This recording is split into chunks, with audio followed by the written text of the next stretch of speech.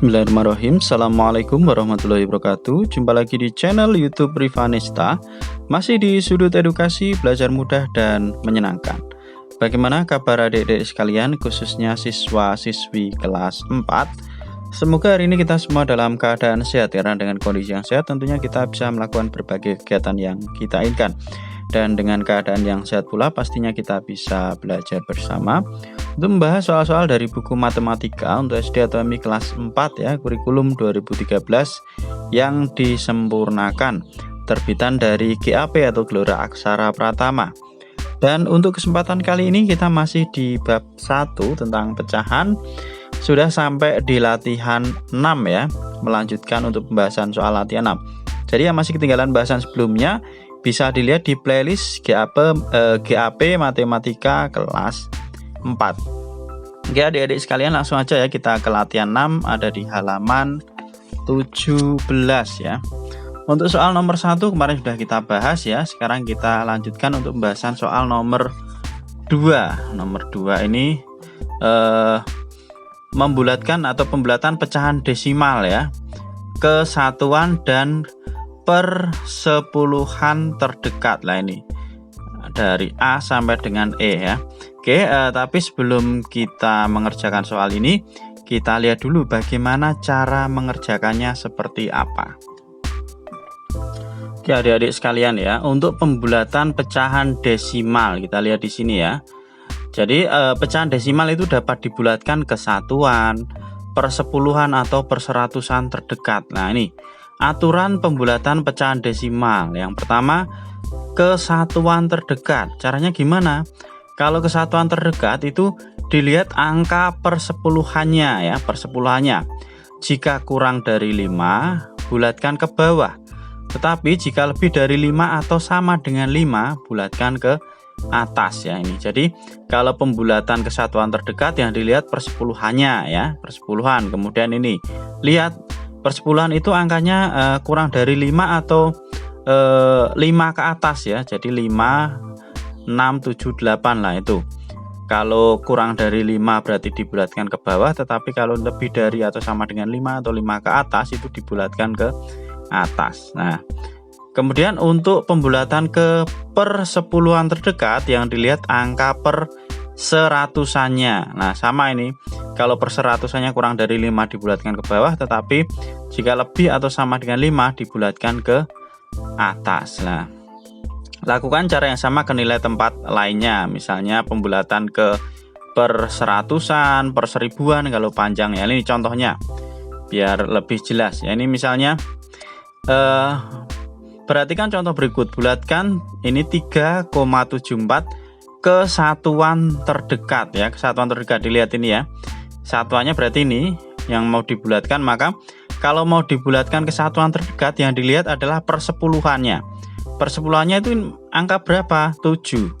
7 itu berarti dia 5 ke atas atau di bawah 5? 5 ke atas ya. Kalau 5 ke atas maka di sini satuannya kita tambah 1 karena pembulatan kesatuan terdekat, jadinya adalah 4 ya. Oke, saya coret-coret di sini aja ya di kertas biar lebih mudah. Jadi tadi ada 3,74 ya, 3,74 ini mau dibulatkan ke satuan terdekat. Nah, dibulatkan ke satuan terdekat. Nah, berarti yang kita lihat adalah kalau mau kebulatkan ke satuan terdekat yang dilihat adalah persepuluhan, yaitu angka 7 ini ya, angka 7 kita lihat. Nah, setelah itu kalau angka 7 itu di bawah 5 atau 5 ke atas ya, atau 5 sama dengan 5 atau 5 lebih ya. Jadi 5 ke atas berarti 5, 6, 7, 8. Nah, kalau di bawah 5 maka ini pembulatannya jadi tetap 3, tetapi kalau 5 ke atas maka ini kita tambah 1 atau pembulatannya ke atas. Nah, karena angkanya 7 maka pembulatannya pembulatan ke atas jadinya 4. Jadi kalau kita bulatkan 3,74 kesatuan terdekat itu adalah 4 ini ya. Jadi kita tidak usah melihat angka di belakangnya, cukup kita lihat angka di persepuluhan. Bagaimana kalau dibulatkan ke habis satuan terdekat berarti ke persepuluhan terdekat. Nah, ke persepuluhan terdekat per 10. Nah, 3,74. Nah, kalau persepuluhan terdekat, nah yang dibulatkan ini, maka yang kita lihat adalah per seratusan. Per seratusnya angka berapa? Angka 4. Kalau angka 4 itu berarti dia ikutnya adalah di bawah 5. Nah, kalau di bawah 5, maka ini yang kita bulatkan ini tetap ya.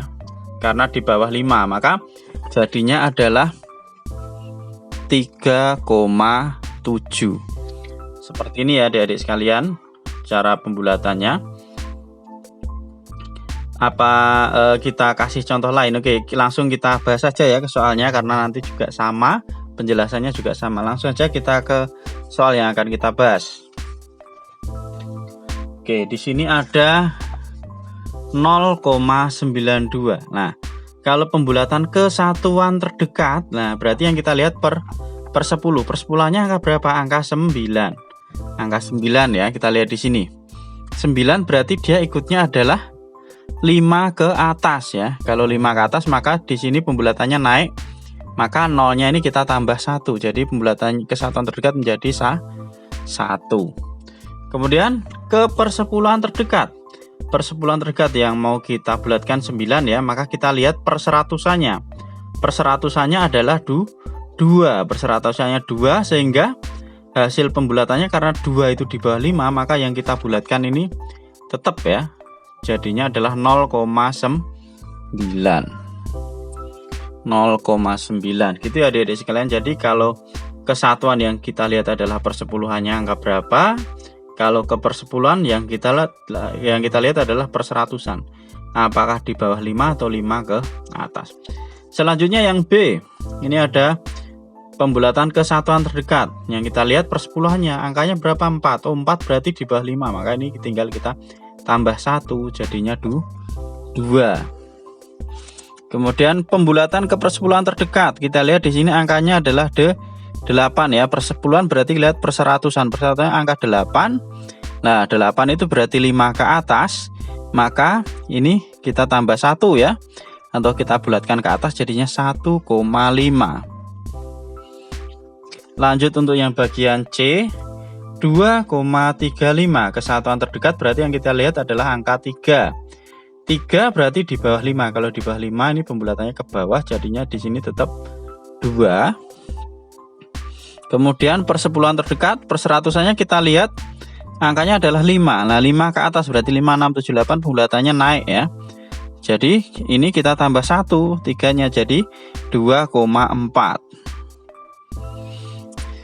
Lanjut lagi yang D, ada 3,51. 3,51. Kesatuan terdekat, angka persepuluhannya 5. Kalau 5 berarti bulatannya naik di sini. 3 tambah 1 jadinya 4. Ya, kemudian ini persepuluhan terdekat, ini kita lihat yang perseratusannya angka 1. Angka 1 berarti di bawah 5, maka yang kita bulatkan tetap ya, tetap 5. Jadi 3,5.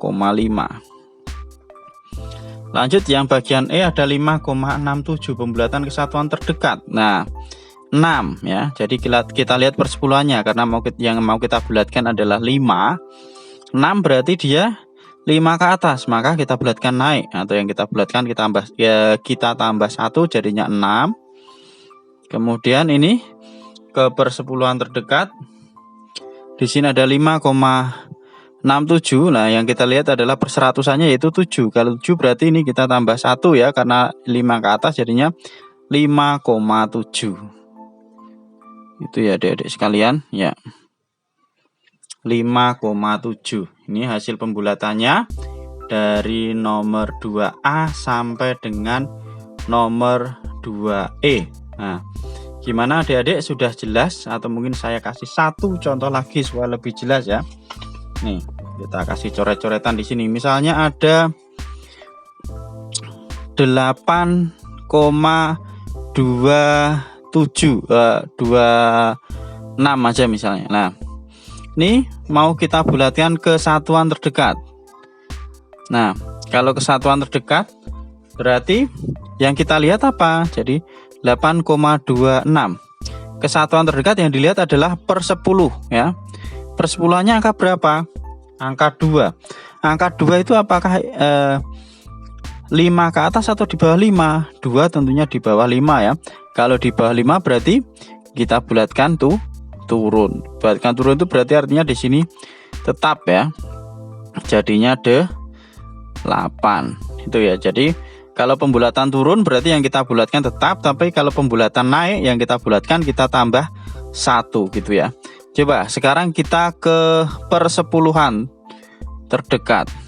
Persepuluhan kita bulatkan ya, 8,26. Nah, kalau ke persepuluhan terdekat yang dilihat apanya? Per seratusan. Per seratusannya angka berapa ini? Angka 6. 6 itu 5 ke atas apa di bawah 5? 6 adalah 5 ke atas. 5, 6, 7. Berarti kalau 5 ke atas kita bulatkan naik. Kita bulatkan naik berarti yang kita bulatkan kita tambah 1 ya. Berarti ini 2 kita tambah 1. Jadi hasilnya adalah 8,3. Seperti ini ya adik-adik. Itu untuk aturan pembulatan dari bilangan desimal. Ini berlaku juga untuk perseratusan, perseribuan ya, ataupun bilangan yang lainnya. Mungkin ini untuk latihan 6 nomor 2 ya. Untuk nomor berikutnya nanti akan kita bahas di pertemuan selanjutnya. Terima kasih sudah meluangkan waktu untuk belajar bersama. Mohon maaf apabila ada kekurangan.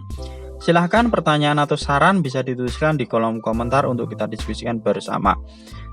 Dan saya rasa cukup sekian dan terima kasih yang sudah subscribe. Mungkin yang pengen tahu pembahasan berikutnya ataupun tidak ketinggalan video kami bisa di subscribe terlebih dahulu ya. Dan kalau masih ketinggalan bahasan sebelumnya juga ada di playlist GAP Matematika kelas 4. Saya rasa cukup sekian. Saya akhiri. Assalamualaikum warahmatullahi wabarakatuh.